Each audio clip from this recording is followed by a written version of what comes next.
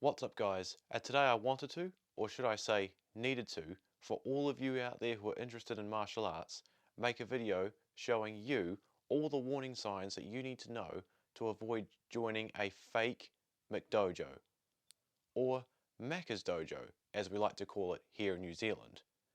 Because if you fall prey to joining one of these organizations, you will waste so much time, money, and develop a false sense of I know exactly what I'm doing that could actually get you killed in a real fight.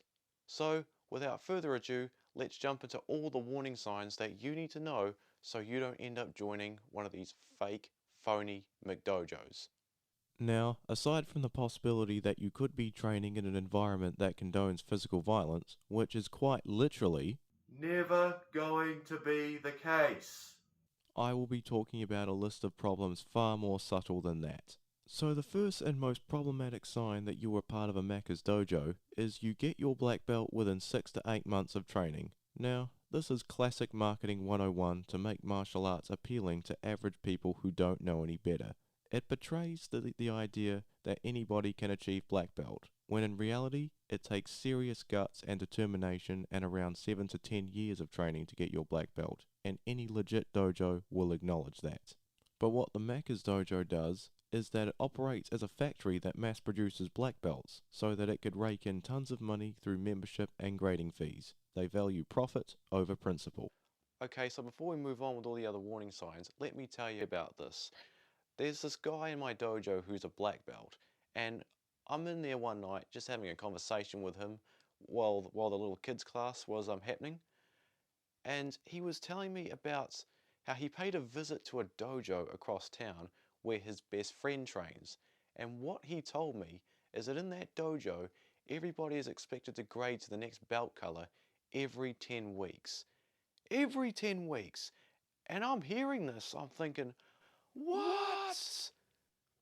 Because I know that guy in that dojo, he's not being prepared for self-defense at all. He's just been taken advantage of. And by the time he reaches a black belt, he's going to have such a false sense of security and think, oh yeah, I'm going to be able to defend myself. Guess what? He won't. The next sign is that the sensei or head of the dojo does not encourage or actively discourages cross-training between different martial arts. They treat their way as the best way. Now this is problematic because no one martial art has all the complete techniques necessary to guarantee you never losing in a real fight. Now, if you've watched my other two videos on my nuanced approach to martial arts, you would know that I am a huge advocate for cross-training in different martial arts styles. The next red flag is that the techniques that they teach you are not pressure tested under any real resistance whatsoever. This is just another tactic that they use to hold on to as many of its pupils as it can, because if no one gets hurt, then there's no real reason to quit, right? But this is precisely dumb, because the whole point of training in self-defense in the first place is to prepare you for the worst possible situations that could happen out on the streets. The reality is that martial arts are just not for everyone, and that's okay. But any Macca's dojo will try to make out that it is for everyone. The next sign is that the master is very vague about their background. When training in self-defense, people need to know that they're in the hands of a trustworthy, decent person, and not some fraud or some kind of serial liar who contradicts himself constantly or tries to gaslight you into not leaving. The next and by far the most obvious sign that it's a Macca's dojo is if they are massively pushing their branding or other merchandise onto its members. Now, when it comes to safety gear, it is 100% legit that they make you pay for that. It does become a problem, however, when the dojo begins making you buy so many special designer patches and headbands and all this other crap.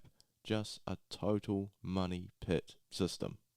The final sign is that you know absolutely nothing about the martial arts style that you're training in, because the sensei comes up with some silly story that the martial arts style has some kind of secret lineage that dates back centuries and that is outcast from mainstream society because of how dangerous it is. And hearing all this nonsense, people get all excited and hooked because as humans, we always want in on secrets, to be part of something niche that is widely rejected by everyone else. And so this just becomes another psychological tactic to recruit new members. So by now, I hope I've given you all a good list of signs to watch out for. So before we wrap up this video, let me explain to you why this all happens and where it all began. The lineage of McDojos can be traced all the way back to the 1970s and onward from that point, with the emergence of cult classic TV shows and movies emerging within Western culture, are portraying a certain fantasy about martial arts. With movies and TV shows like The Karate Kid trilogy, all the Jean-Claude Van Damme movies, all the Bruce Lee and Chuck Norris films, Teenage Mutant Ninja Turtles, hell, Dragon Ball Z, and of course, a modern example being the emergence of the classic TV show Cobra Kai.